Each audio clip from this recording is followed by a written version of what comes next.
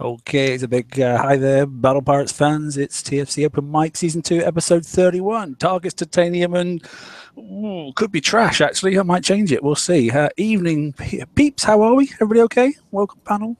Welcome in the chat. I'm doing all right. Hey, how you doing? We're here. We've got a plethora of people in. We've got a couple of spaces still, though, so if anybody wants to jump in, as long as you've got a voice and you've got a mic and you've got an idea, as long as you're not profanities. I don't do profanities, so you'll get booted straight away. But apart from that, come in. We've got a few things to talk about tonight. It was starting going to be quite a quiet week, I thought, and then all of a sudden things started to sort of ramping up during the week, probably as our community manager came back from a little period away and that sort of stuff, and some things got put out that bit of a curveball, would you say, George? A bit of a curveball coming in the week now. A little bit of a curveball. I'm not sure that I am thrilled at the idea of them just throwing up, updates like midweek. But this one was interesting. It has some potential, I think. Yeah. So just for tonight, okay, it's unusual, but actually, I also want to put some slides up. I'm not going to actually. I'll chat. They'll be with me, sort of stuff, and then basically they'll disappear when you guys chat. Right? So I'm not going to do the full share, but I'll take it. Hopefully everybody can see those. They should be able to. Anyway, we'll see. Somebody in chat just nod if you can see those. That'd be quite handy. Right. Yeah, I can see them. Good, excellent. Right, so what we're going to talk about is metrics. We're halfway through the year, or just over now. So what I was going to say, Venom's already asking, can I have my rant? Yeah, okay, we'll get to that. Don't worry. Okay. A few points tonight. Okay. So let's look at some metrics. I just thought we'd have a look at our statistics, obviously, for the first part of this year. So obviously, we got Rue, bless her, to do. She's not on time, but obviously she's got to do some stats for us, taken from the various websites and that sort of stuff. Not all specifically at TFC, but obviously party sites and that stuff. And actually, I'd have had Hefe's stats as well, since he's here tonight as well. Welcome, mate. How are you? You all right? Oh, pretty. Yeah, I had your stats as well, mate, for the first 6 months as well, actually, and they were pretty impressive, I have to say. Yeah, they were good. I'll give you those later if you haven't seen them already, mate. So, and unless you do your own stats, I don't know, but it's some good stuff that Robin's picked up. Anyway, we'll flick through these quickly. So that's data from the 1st of January right through to August. Okay, so sessions, durations, that sort of stuff. So that's on the website. People were actually popping in, that sort of stuff. Page views, nearly 1 million. That's not bad, is it? I think it's quite decent, to be honest. So a lot of users going on there, 57,000 users and that sort of stuff, and then jumping through nearly, like say, 800,000 or 880,000 sections of the pages, that sort of stuff. Quite decent. New sessions, obviously, new people coming in, 26%. I don't know how she gets her stats, but she's got some. It's Robin's thing, and she likes doing it. So she's got some jiggery pokery stuff that she does in the background of the web page. I don't know how she does it. I don't need to know. It just works. So returning visitors, new visitors. So that's not bad. So the point is, returning visitors are quite high. I quite like that. Quite decent. 73% of personnel come back. We're doing something right. Yeah, we're doing something. So that's good. And then basically, those are the sort of pages they're looking at. So obviously the number 2 at the top, from the top, is obviously the home page. Just going straight to the home page and then basically viewing what you fancy, which is good. I'm glad it's up there, actually.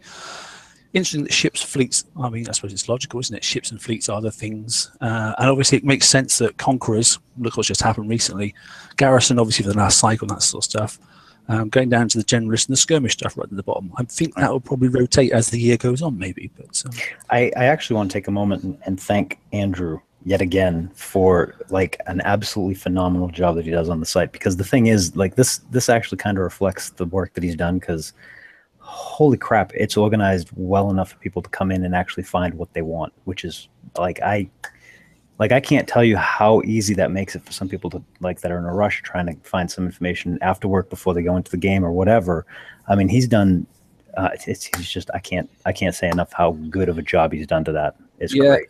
I mean, he's back on tonight's again, so he literally just said good night, and I hope the show goes well. He's literally just finished off some more statistics for me, which is nice, which I'll bring into the things later on. But he has done absolutely, he does an amazing job. He does an amazing job. Yep. And it needs to be recognised. So yeah, so there we go. So that's it, and it's interesting. So there's some more stuff there. There you go. Countries that obviously locations that people pop in by. So that's quite decent. Clearly, obviously, USA take the lead. It's a bit like the Olympics, isn't it, really? Yes, it's popular, but it's interesting some of the countries are like, the top 10 there. So, we know. We know the fact that Greece is there. My brother. Yeah, it is. Your brothers are there, mate. So there's a couple of thousand. Okay, then, which is quite decent, to be honest. And membership, there we go. We're at 13, as of today. It was, I've just checked it. So 13,224. That's not bad in 18 months, is it? That's pretty good going. I think it's just under 18 months, in fact. Yeah, and given how many people play like per raid, that's a significant number of people. Yeah, it is. And you know, as well as I know, we know that those are the admins here. We drop in the background, that sort of stuff, and we've actually banned, dismissed, not accepted a good 300, nearly 400 people as well. So we do try to filter out a lot of the chaff, which I hope that's why a lot of people want to stay in that sort of stuff. You know, I don't go into politics. I don't go into, you know, on the page generally how bad things are, or just trying to get your game as enjoyable as possible. That's all we try to look at, really, to be honest. Yep. Nothing else. Good. Okay, so just so you're aware, then obviously weekly shows. There are two spikes there. Obviously, week 7, week 42. That was obviously when we had some Kixeye input. Okay, direct from the guys, obviously from the company itself. So, but as on average, they're not too bad. You know, best show there 4,600, which is not bad, is it? Lowest show then still over 1,000, which is quite nice, isn't it? You know, an average spread of 1,800. So watching each show, so that's quite decent. Weekly shows for this year, so it was last year, you know, it's still pretty good representation, that sort of stuff. It's been a frustrating year for some people. I do appreciate that.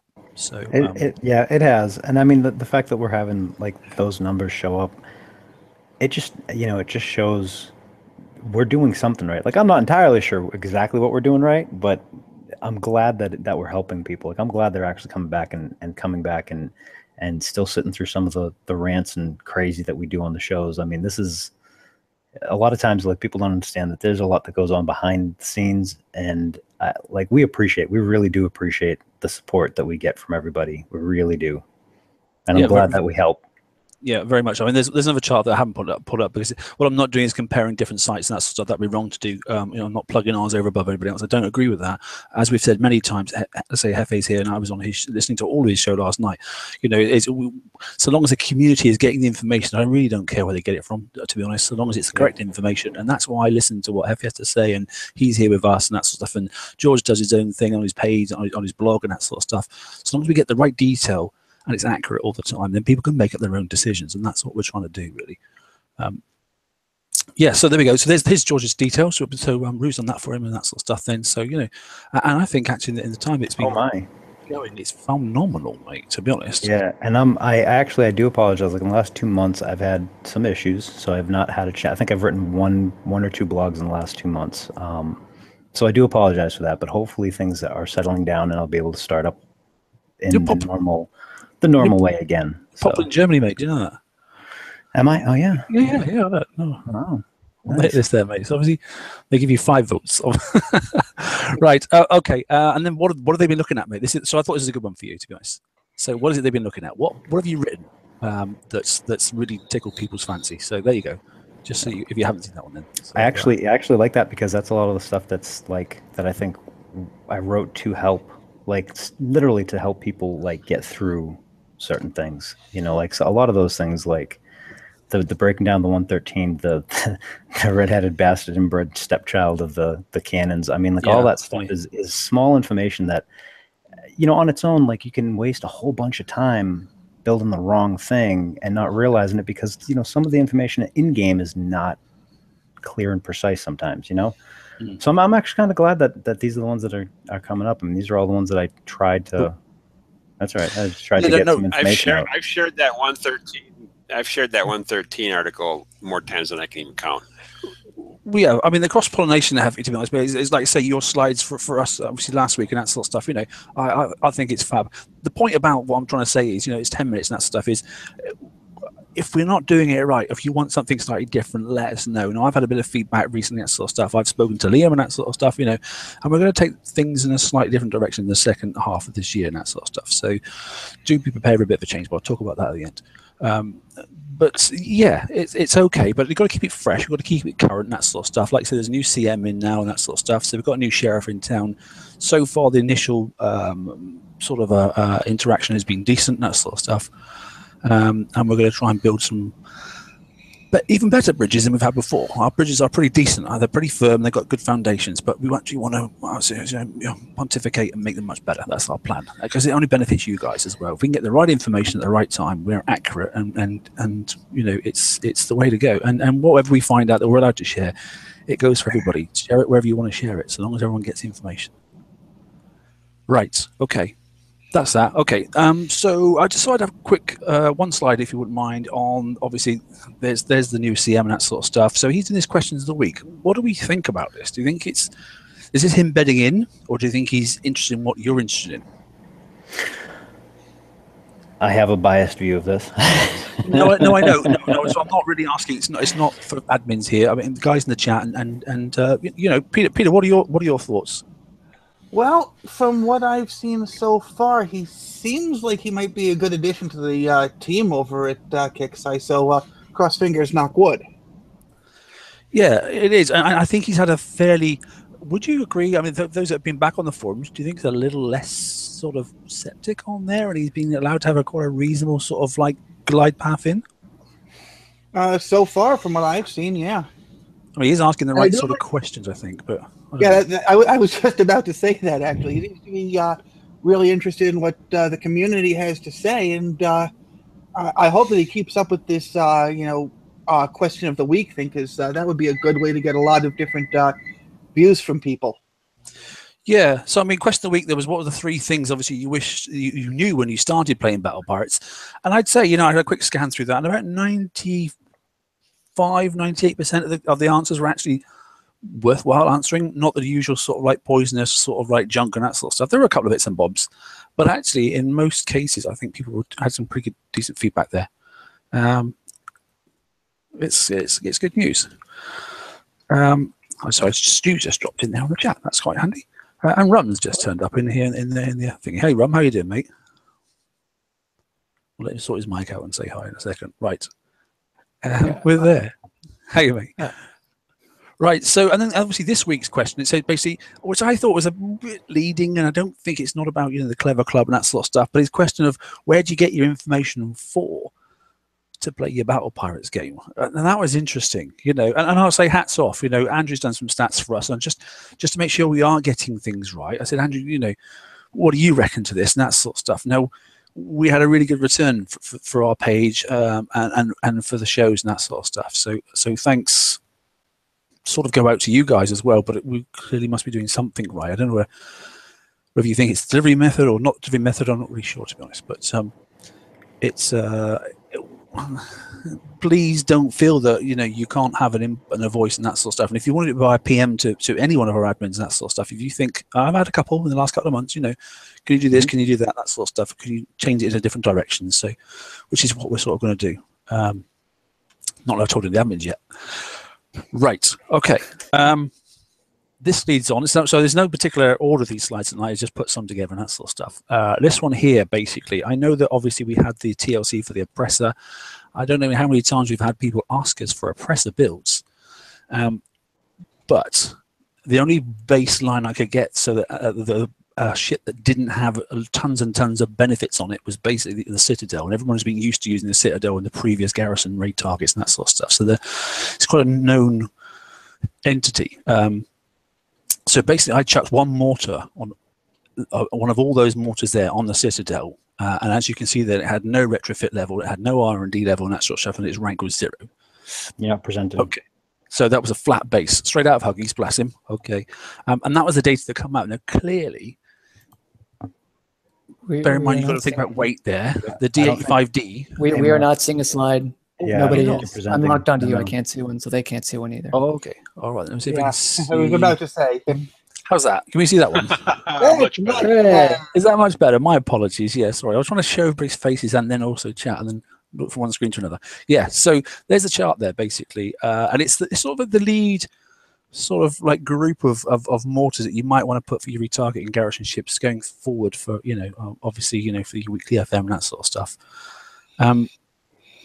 You're probably wondering why the D75V is at the bottom.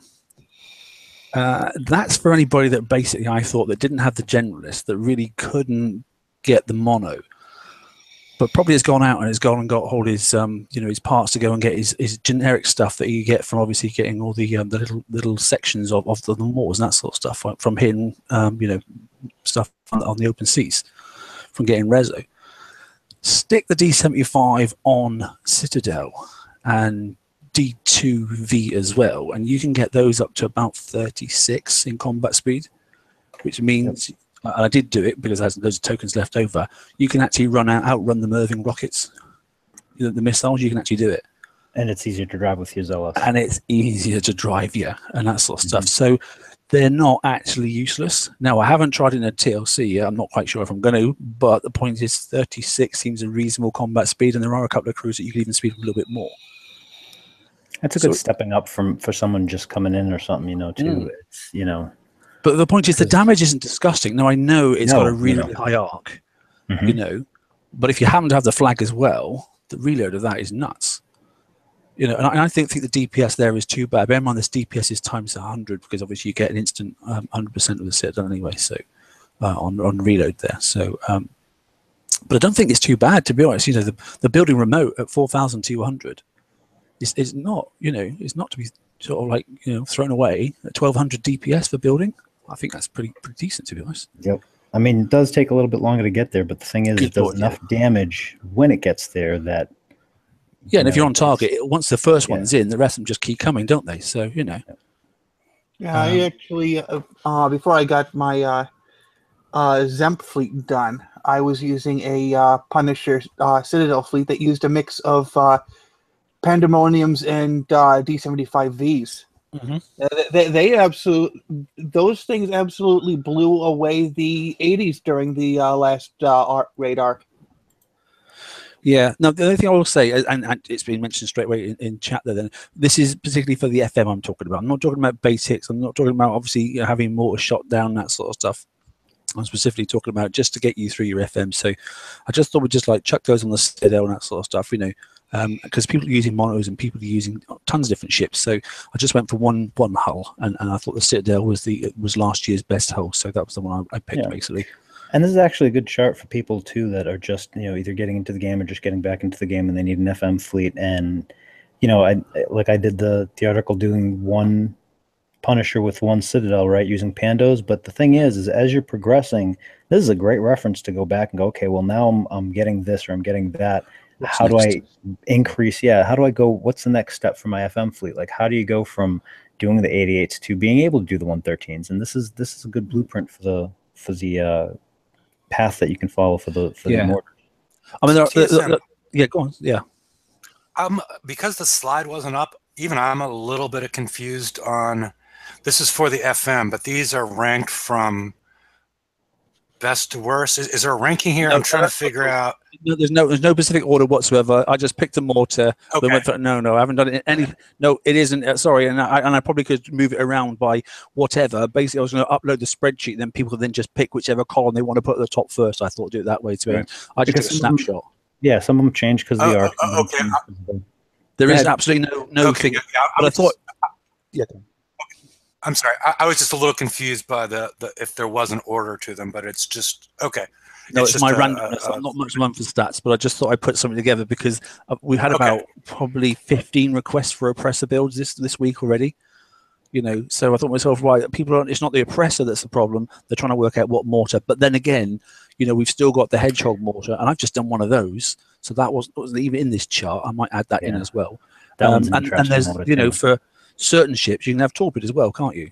But it's not really ideal for the FM. But I've been specifically looking at FM. If you're into the PvP thing and you're doing well and you're starting to use that sort of stuff, I've got a slide for it in a minute, then you probably don't need this chart. You probably know what you're doing, to be honest.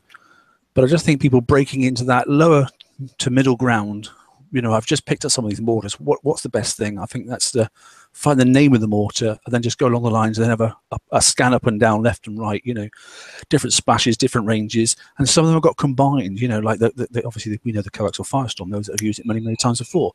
But you put all that stuff together, actually, there's some good stats there as well. And some are obviously really strong against ships and some are really strong against, I do actually have a question with regard to the chart, though. When you pulled the numbers, did you pull them out of your game?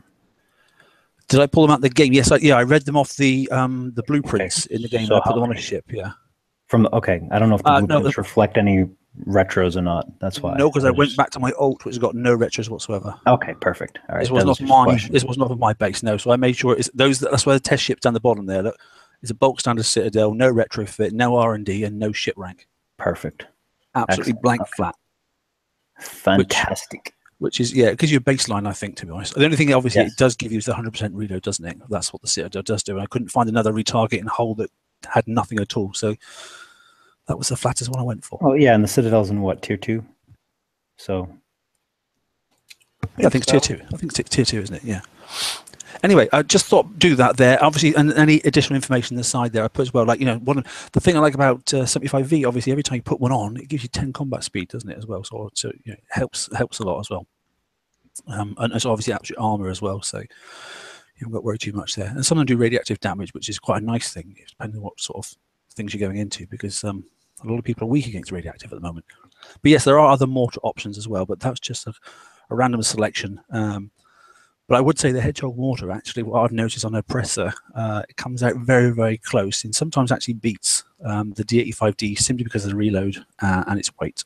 But one of the problems with that is its splash and spread are incredibly small. You're not going to hit near as many things because the base splash of the D85D is 22. So when you're talking about adding all these splash vessels and such, you're going to cover about twice the radius. I think the splash on the Hedgehog is 10. I think it is.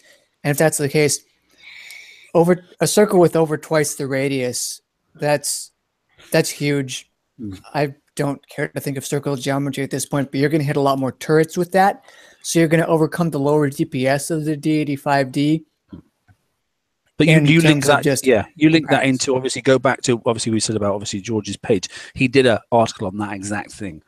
I'm right, George, didn't I? Oh, yeah. There's been an article written on that with the splash and spread and the relationship. Yeah, and actually, Brian's the one that well, both of us kind of we both kind of spent some time on we both spent a lot of time on the math to come up with the calculations that we used. So, He shanghaied me into a Google Hangouts, and I had to wonder what the hell and go find some.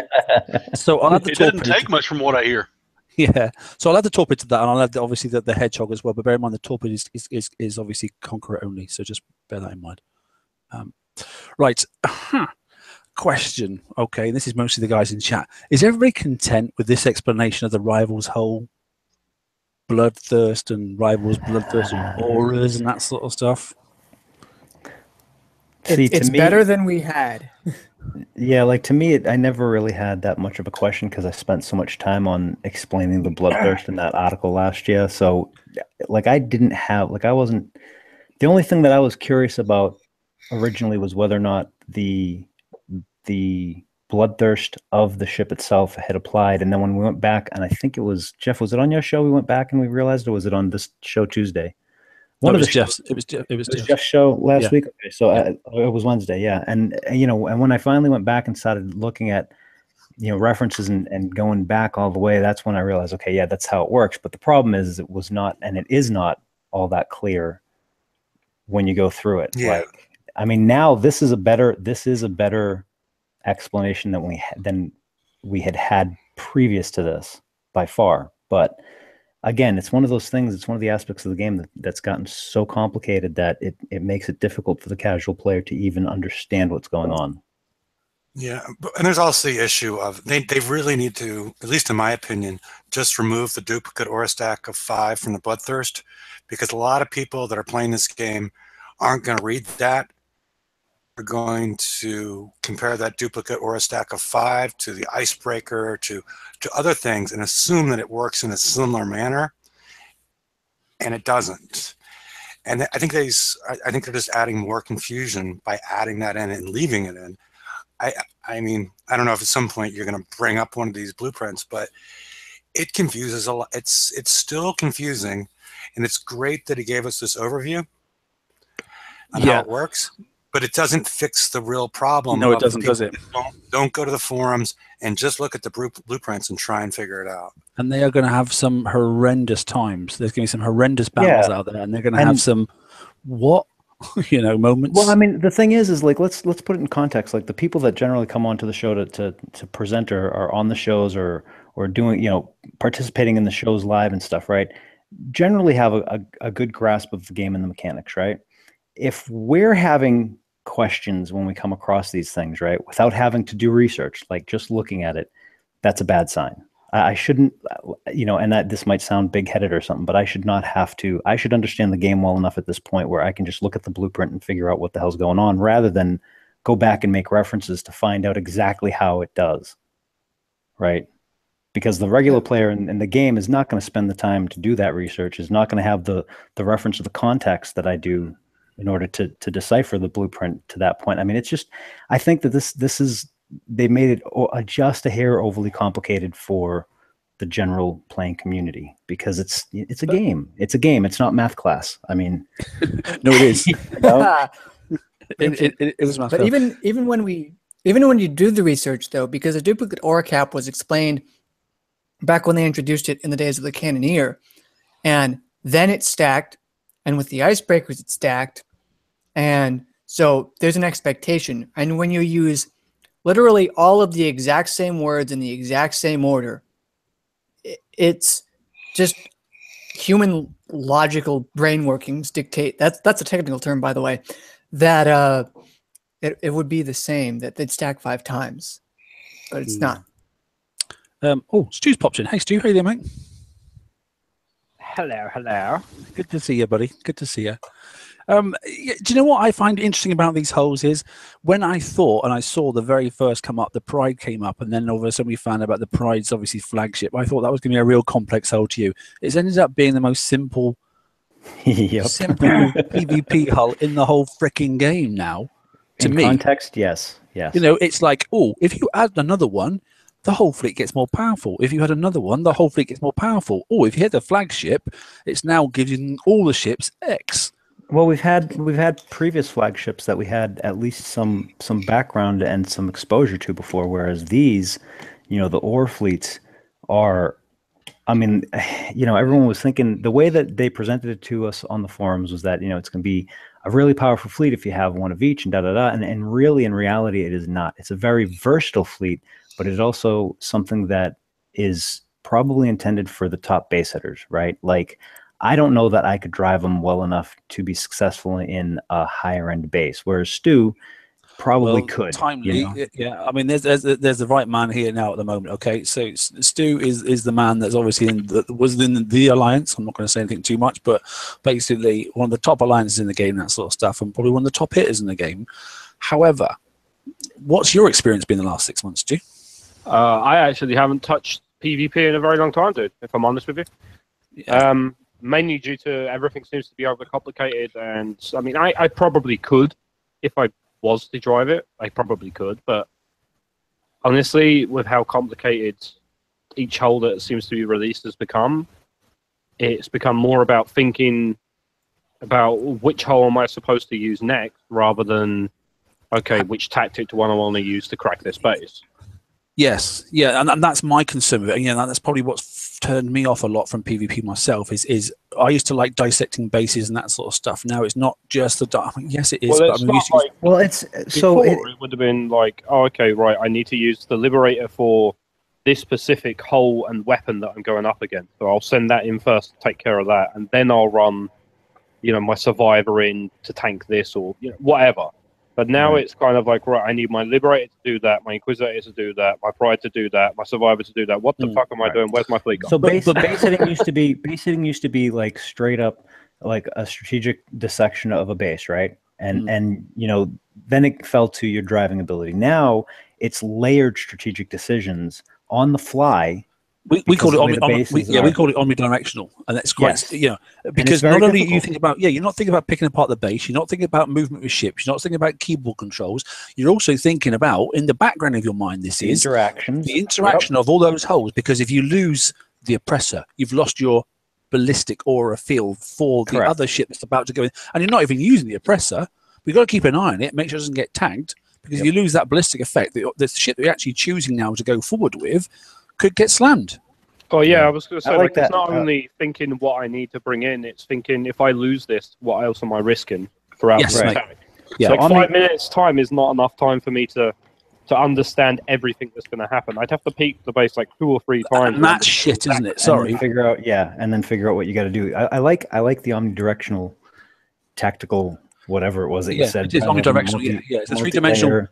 Because I always said it was multi-layer tactical decisions. Like concurrently, like you had to do all of it. You don't. It's not like you can do one or two. Like Stu said, you can't just pop in the base, go, okay, this is what I got to do, da da da da, and then go in with the plan. You actually have to pay attention to all of this as you're hitting the base. It adds like layers of decision making to a 5-minute hit. I mean, And 5 minutes isn't enough.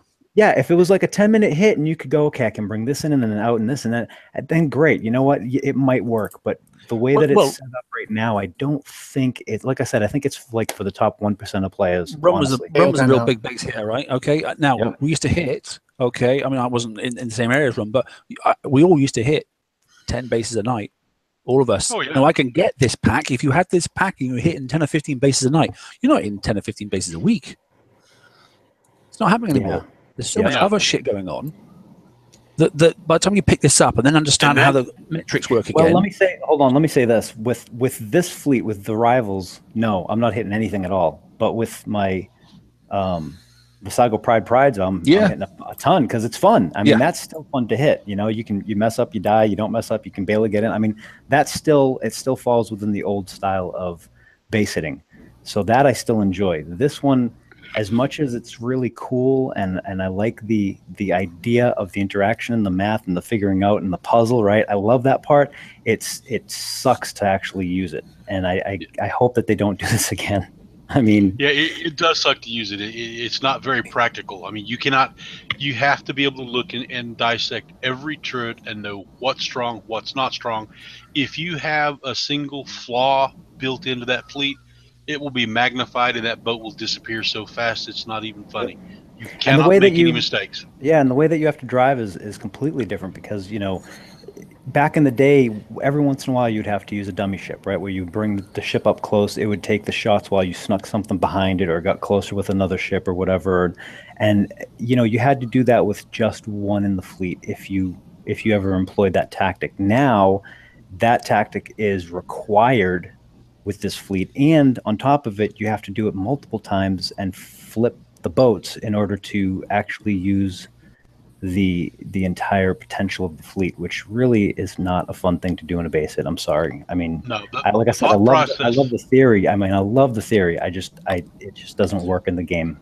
The thought process and the theory was exactly what you're talking about. It's kind of cool, but in all practicality, you cannot bring the fleets in and out as fast as you need to, and the critical hits that you get off some of the turrets can decimate a fleet or a ship in a single blow.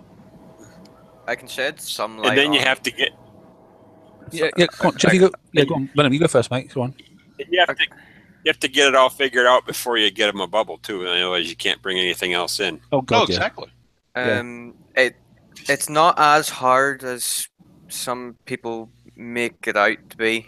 From what I've seen, you get your fleets set up in such a way that you generally get to know what is in which fleet, what each boat's strength is, just by looking at it. I've been seeing people walk through bases. They'll take a gunboat, say, go out, look at it, say, right, I need this, this, and this.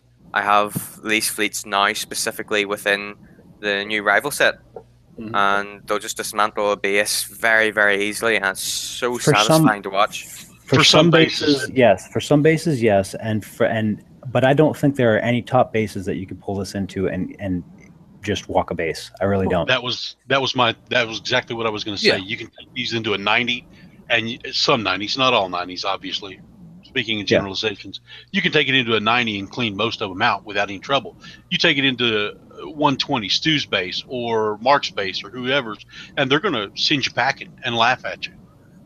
Well, I was just about to say, actually, I'm going to kind of disagree and agree at the same time. Not only is it difficult to sometimes figure out what you're doing when you're an attack in the base, but if you're a defensive kind of guy like I am, it's such a quite difficult to also build a base versus everything, because you've got to understand what every single hull that's been released does, and every in order to counter possible it. manifestation of base attack. And fleet every that's coming counter in. you put in your base Yeah.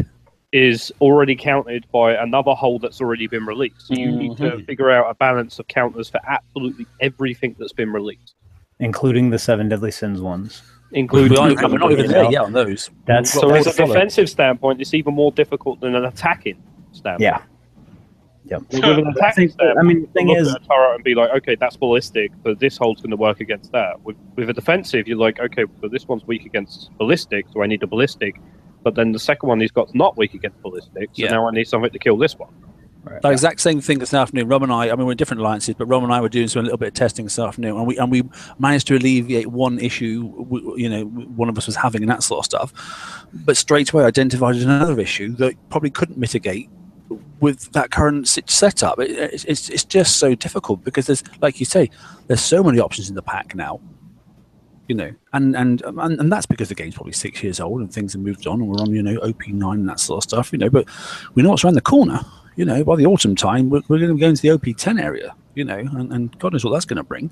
And like I say, we haven't finished the 7 Deadly Sins yet, so we've got more attacking ships coming and probably flags to go with them.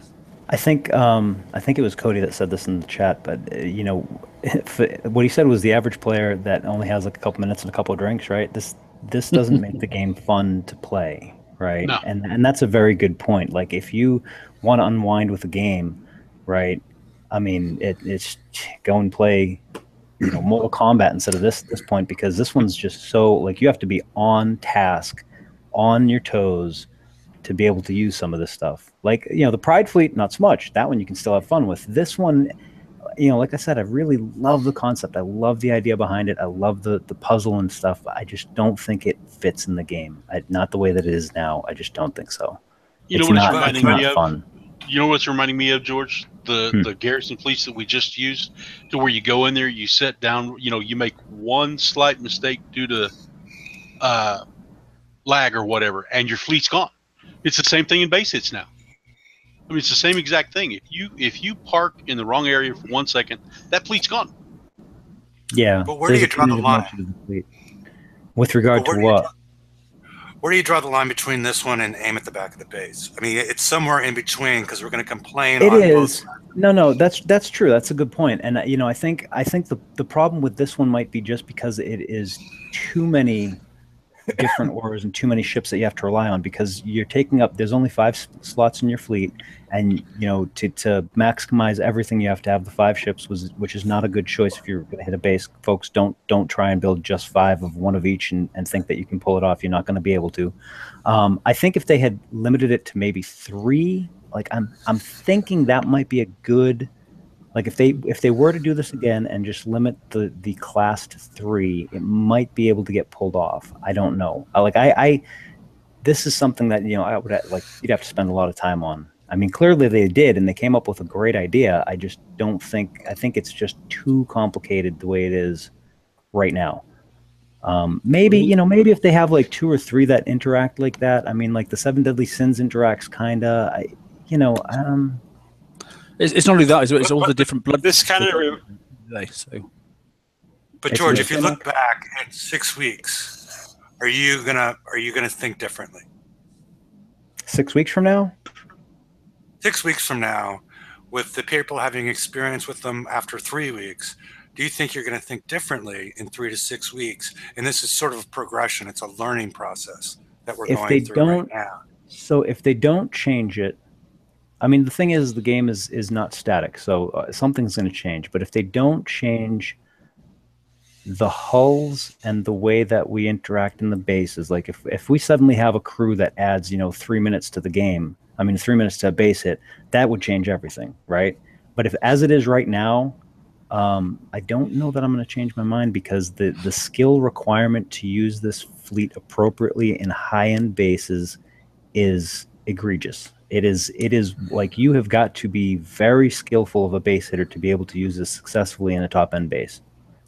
Okay, good. Right, we'll post on. Yeah, go on, Jeff. So go on, mate. It kind of reminds me of the way a lot of console games used to be, where different button pushes just to get a character to lift their legs, and it's. Oh, it's like the Microsoft controller or the PS4 controller. Yeah, you got about Seems where the multiple combinations going. of things to get it to do something. Yeah, same sort of thing. We're just going to move on if you wouldn't mind. Good old StarCraft 2. Yeah, StarCraft 2. Yeah, exactly. That's easy. Right. Ooh, where did this come from? This is the curveball. What do we got? Oh, okay. Oh my. So, yes. look, I'm not going to read it out, but you can read it yourself, and everybody's obviously seen the pop-up that turned up completely unannounced. It wasn't in the weekly update, that sort of stuff. It just caught everybody with their pants down. Yeah. So there's actually 2 tokens on it. Are they not now? Yeah, there is now. Yeah, there is. I was just putting an example. So yeah, there is. Okay. There's a couple of tokens. I mean, go and read the full thing. You'll see the splash screen comes up. It's up the top of the screen. Just go and click on it and that sort of stuff, and it'll take you to the forums. You can have a good read and that sort of stuff. So I've just picked up the 2 current. I haven't actually seen this because it literally just popped up today, mate. So basically, say quickly what I thought of it straight away. Because I've not seen this. I've not even logged into the game in about a week. Okay, mate. So, straight off the bat, that's friggin' awesome. It is until the bit in the blue at the bottom. But we'll come to that in a minute. I didn't read that bit. We'll read that while we're having a chat, mate, and then think of the implications of that bit at the bottom, because that's my worry now. So, current use of titanium in the game, it's linked to megaships and nothing else. Megaships you didn't have to do to be able to do well in this game. Point 1. Point 2, titanium is now available in another area of the game as opposed to VXP and doing the res hold out the side, where you couldn't actually get a conqueror to rank because you weren't allowed to hit them anymore. Right. Or Stu's got to go. Okay, mate, take care. Thanks, buddy. All right, take it easy, Stu. So now, obviously, going through your mega hole now, you can go into there where you've been building the parts and the bits and bobs to get your pieces of your mega hole ready to get together. Now you can go in there and actually build, as you can see there at the top right, a Conqueror class VXP ranking token.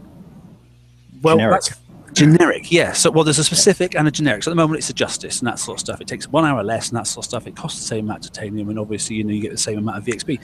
Fantastic idea. I love it. I think it's great and that sort of stuff. But it burdens all those that haven't done it already to go and now build. Now, I know it says, later down the line, we'll probably be doing another method of getting this, but that puts people at a deficit. So as of today, many people are freaking miles behind. Brian. So I have not started building my mega hole. Yeah, I am bucket, considering building it just for this. Bingo. It's it's 6 weeks, right? Well, Something like that, I think. Well, hold on now. If you I know they're still updating and all that stuff, but if you want to go and start getting these tokens, can you not get the titanium and start the tokens without a mega hull? Nope. I can get the Nope. titanium, You have to but go I haven't into the found a mega way to hole start the tokens. You It's can get not the under titanium. R&D? No. Really? No, you can get Oh, titanium. my. You can do nothing with No. it. Okay, so that's got to Yeah. be. And you can only I mean, start. they'll You can only probably- start so hopefully they'll- much. Yeah, hopefully they'll adjust that or fix that. Toot sweet. On Monday or Tuesday on Tuesday's update. I mean, with regard to the rest of it, I mean, I'm kind of torn in 2 ways. One, I like the idea that they're giving a reason to get titanium, right? They said several weeks ago that they were gonna, because of the transition from the raid targets to the map targets, they were gonna do something with titanium, and I like this idea. The catch is that aspect of the game, which is going to become a chore. Let's be honest. It's going to become a chore, and it's now going to add, if they incorporate it into that channel defense, which I think, Mark, you're about to talk about this, but if they're going to incorporate into that channel defense, it's now actually going to require you to participate in yet another chore of the game, another aspect of chores in the game, so you can keep up on that separate aspect, right? Like, I would have liked it if they had left it to just the VXP thing, because then it's still something that doesn't impact the game if you don't want to participate, right?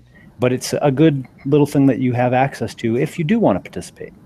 So it's just a shame to me that they couldn't have stacked it somewhere else, and they probably couldn't because the metrics, the way the game's made and that sort of stuff, and that's the only place in the coding at the moment where titanium's stored.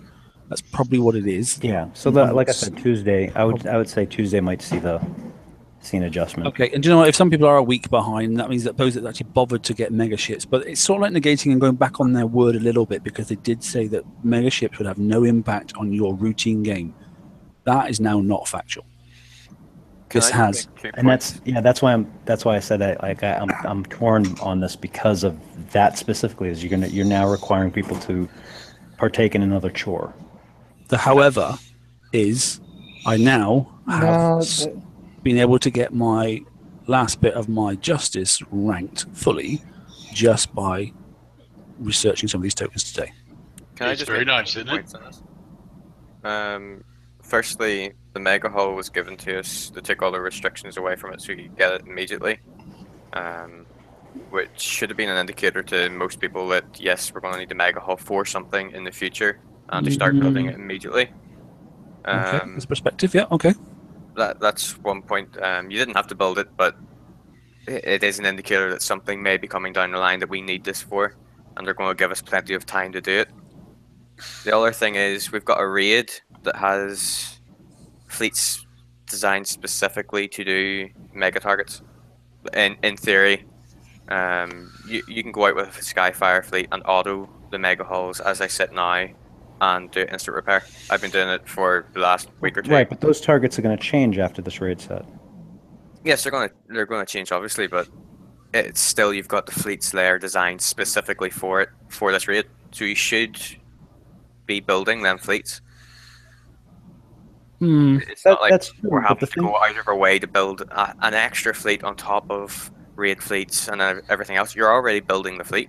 Yeah, I'm not concerned about the fleet. I'm more concerned about the chore that you're going to now essentially require if you want to have anything, like if you want to do your base defense. You know, like if they had left it where it was just the option to get the VXP, right?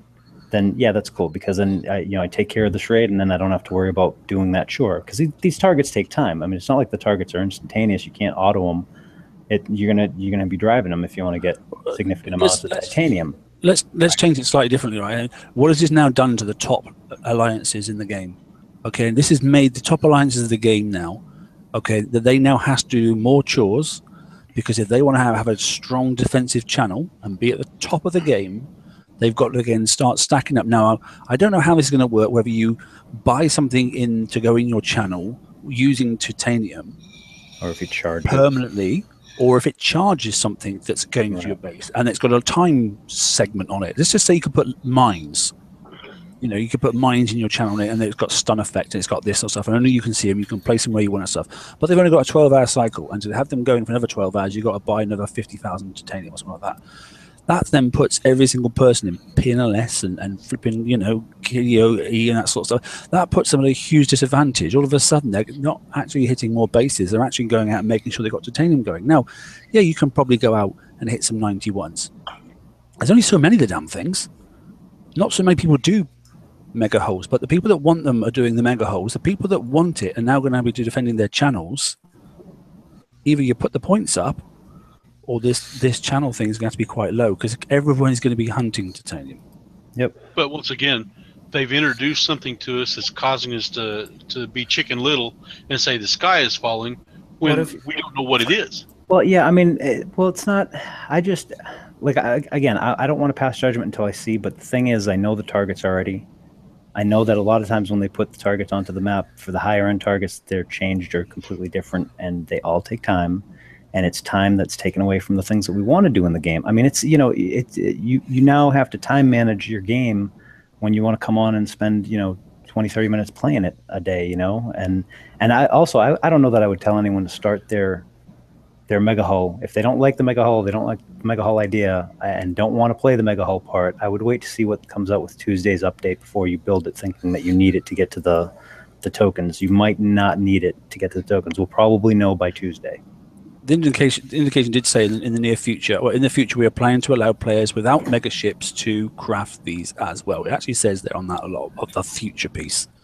I don't know. Okay. I missed that. Yeah.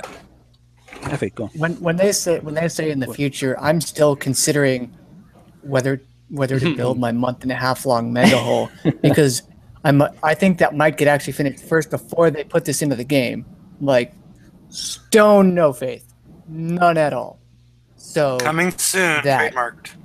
Yeah, coming soon to you. yeah, like Sector Threat Red was coming soon. What happened to that? And the dub centers as well. But anyway, Okay, I have something I'd like to bring up Yeah, about well, yeah, that was defenses. TSM, you mentioned that it might be a timer thing. I don't know, mate. Yeah, we There speculate. are two other possibilities that I can think of right off the bat. First off, it might be like the binds from War Commander, where they stay in place until something hits them, then kaboom, you have to rebuild That's them. the least, and that is another worry. Yeah, it's a temporary purchase of something that expends once you've been hit. Yeah. Or it might be more like the Terminus mines from Vega Conflict, where you build them, they stay in place, and they do a small amount of damage to anything that gets too close to them. I prefer the small amount of damage that stays too close, and once you bought them, you got them. But yeah, anyway. Yeah, so would I, but who knows what Kickstarter's going to do, eh? Yeah, I don't know. Look, at the end of the day, this is. I mean, I don't do tinfoil hats. However, I'm treading cautiously and trying to look over the horizon as to where the hell they're going with this. Someone send me a picture of the monkey that he uses with a tinfoil hat on it, please. Just for future reference, just in case. Just saying. No, I'm skeptic Sam. That's me. The way the numbers are at the moment, the way that we've got to conduct ourselves in the game as opposed to what we used to do, and just building things and going smashing each other. Yeah, and that's the thing is like they've heard us. I know that they know that everyone is not thrilled with the idea of how many chores that we have to do. If we want to participate in all the aspects of the game, you're spending a lot of time on chores, right, overall. And, their response was to come up with the idea of blitzing them. And that's just not, that misses the point. While it addresses the issue, it misses the point entirely of the issue. And this just further adds to that in total, the in total amount that we have to spend in time for the chores, and that's what I'm afraid of. I don't want that. I don't want that path to be where the game starts becoming mostly PvE and becomes farm pirates. I mean, yeah, this has turned PvP into another PvE task, isn't it? Yep. Absolutely. You've got to go and do PvE stuff. I mean, yes, I know you do you've got to do your FM and that sort of stuff, and that can get you turrets. But if this stuff is, as Peter said there, time expired, we're a bit buggered then, aren't we? Because all of a sudden you'll get a base hit.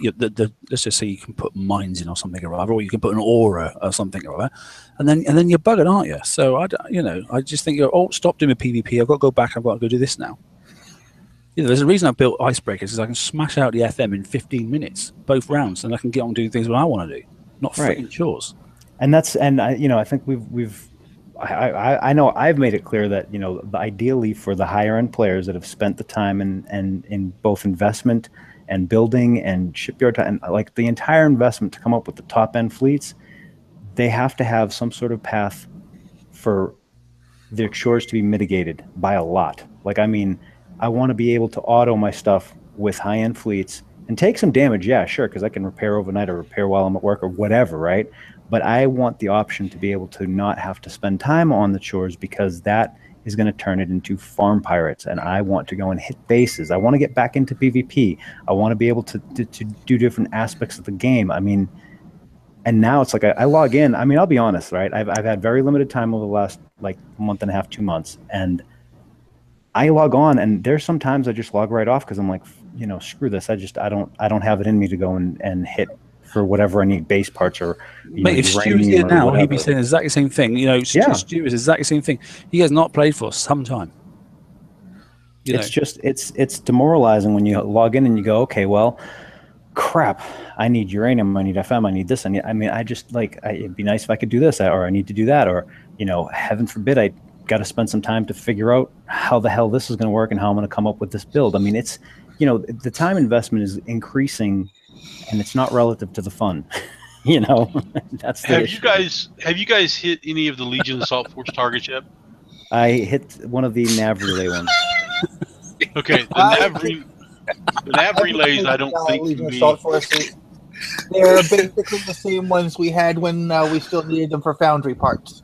Yeah, but I just went through two of them. I went through a 42 and a 63, and the amount of res they give you for completing that task is crazy. You get 22 million. I'm using 5 Skyfires. You get 22 million of each type of res, and very little titanium. But if you hit the 63, you get 10 million of each res, and you wind up with 3,000, and you can do that basically on auto. So it's a quick way. I'm missing something. It is, mate. Sorry. Yeah, I'm so sorry. Are you watching the screen, Red? Rob, are you watching the screen or not? Ford. Yeah, I am now. I was just being an arse, don't worry. There it is. That's awesome. I want that picture. That's TSM after our base test this afternoon. Yeah, it is, mate. What the hell happened? That was me getting out quickly, just crashing on me. Anyway. That's great. Right. Okay. So look, that's just something to think about, and you know, I'd be interested. There'll be some good comments on the page as well, and that sort of stuff. You know, on the pages in general. I just want to see where this is going and that sort of stuff. You know, and that bit at the bottom is bugging me. It's just niggling away at me already. Because I've got enough to do. Thank you very much. Don't make me do more. Because everybody. I put a square base otherwise. And everybody needs base defense, even if. And everyone needs base defense, even if you don't do base attack, to prevent massive disruptions to your stuff. So, and I feel like if they increase channel defenses, that increases the overall power available to defenders, and they don't really care that, you know, only 1% of the people are using this. They tune the next round to that 1%, like they do with everything, because that's how they do. And so, the next thing, you know how the V Pride's kind of dumb? This could be even more blatantly OP. And then they'll say, oh, well, channel defense is harumph, but so few people have them that everybody else basically gets walked. It's like the first days of the Prides or the first days of Mudgluts. Just people getting walked left, right, and center. And that makes me worried. I'm glad that they put Conqueror and well, Justice, I guess. VXP tokens in, because that was one of the bigger bottlenecks. Here's a so what, okay? Especially the radio's in. There you go. The radio's in. Hello, mate. How you doing? So what if, okay, and we heard just a few weeks ago, there's going to be a sort of dry dock, okay, available probably for PvP holes, okay?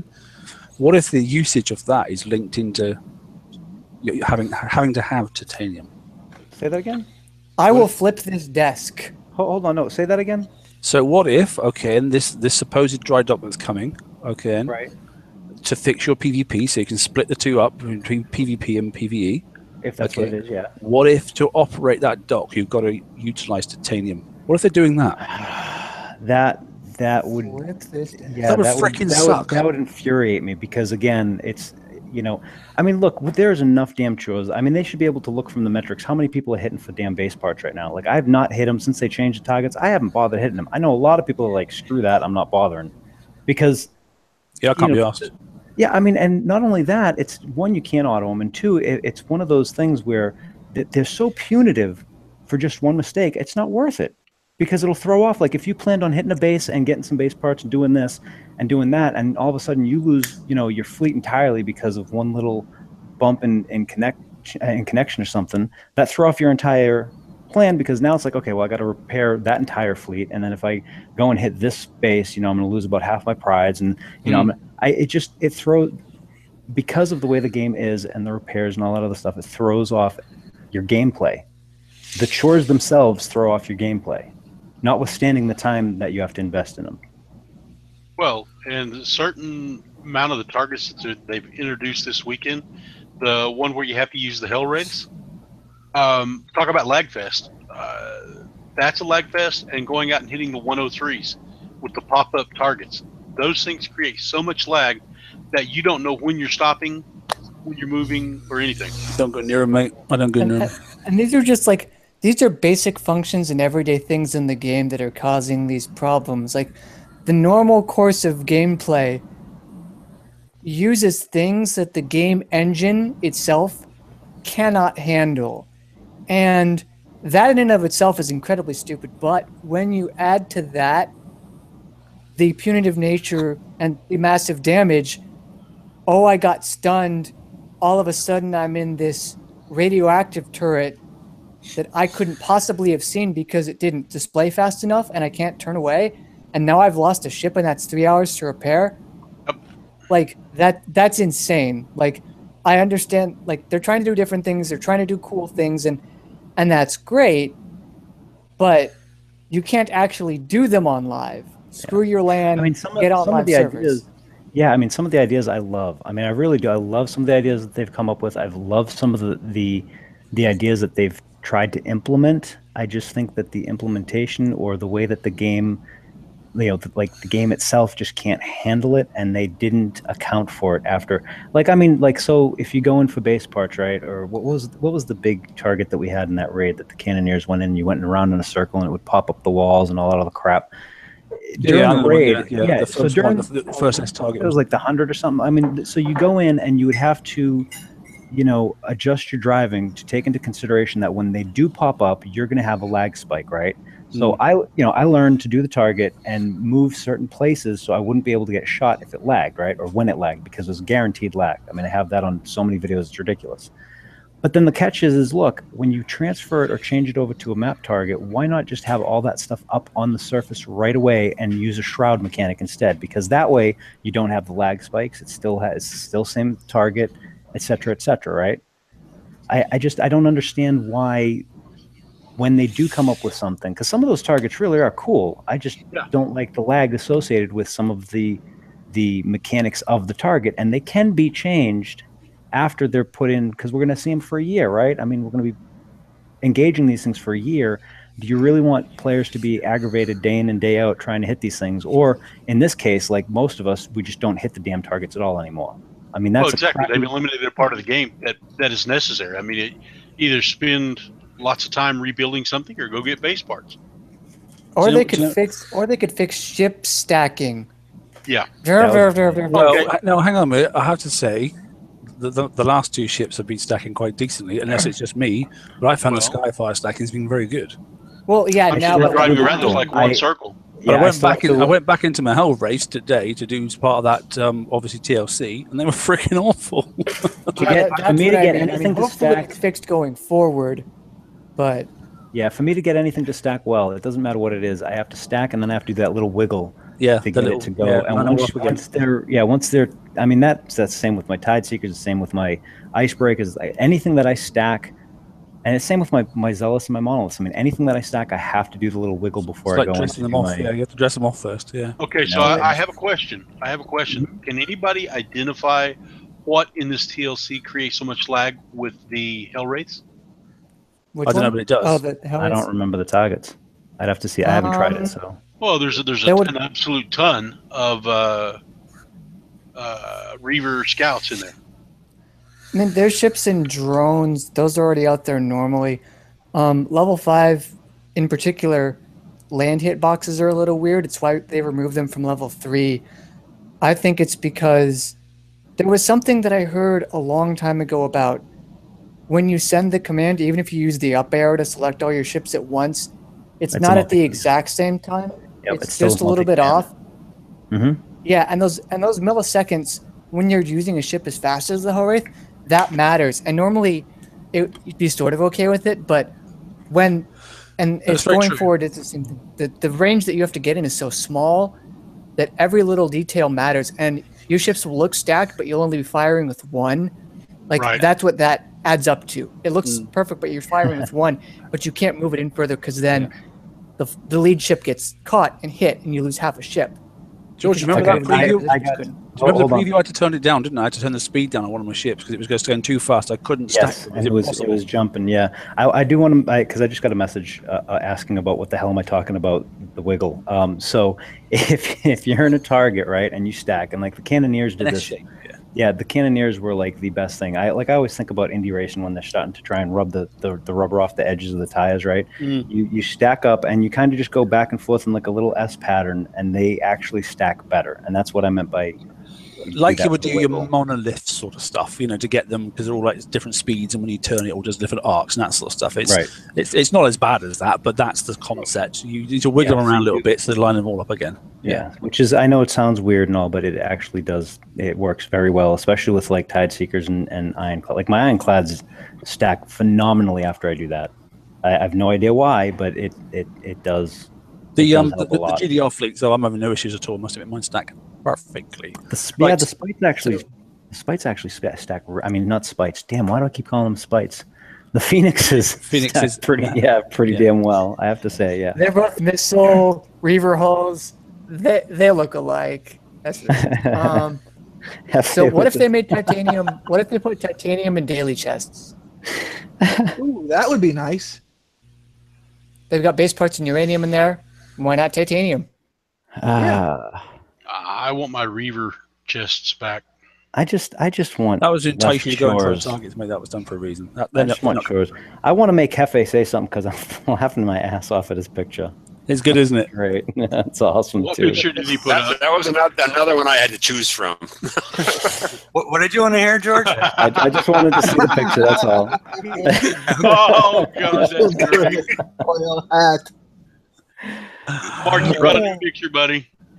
Okay, dokie. I've got several. I've got one last slide, if you wouldn't mind, just quickly go through this then. So, like I said, this is a move forward and that sort of stuff. There is going to be a little bit of new direction. Okay, then, starting next week. Okay, I've spoken to Liam about a couple of things and that sort of stuff. It's nothing major, but we're going to look at a few things. Don't lie. On Wednesdays, Mark's going to have these live new dancing things, right? And oh God, I'm sorry. I just had to. No, okay. So we're going to have a new delivery method, basically, and that sort of stuff. So there's going to be something new. There's going to be something old, like I said, something new, something borrowed, nothing blue. We don't do blue. Okay, then. We're always upbeat and jovial.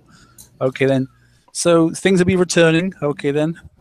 Mr. 99. Okay, with a bit of luck. Okay, should be back very, very soon.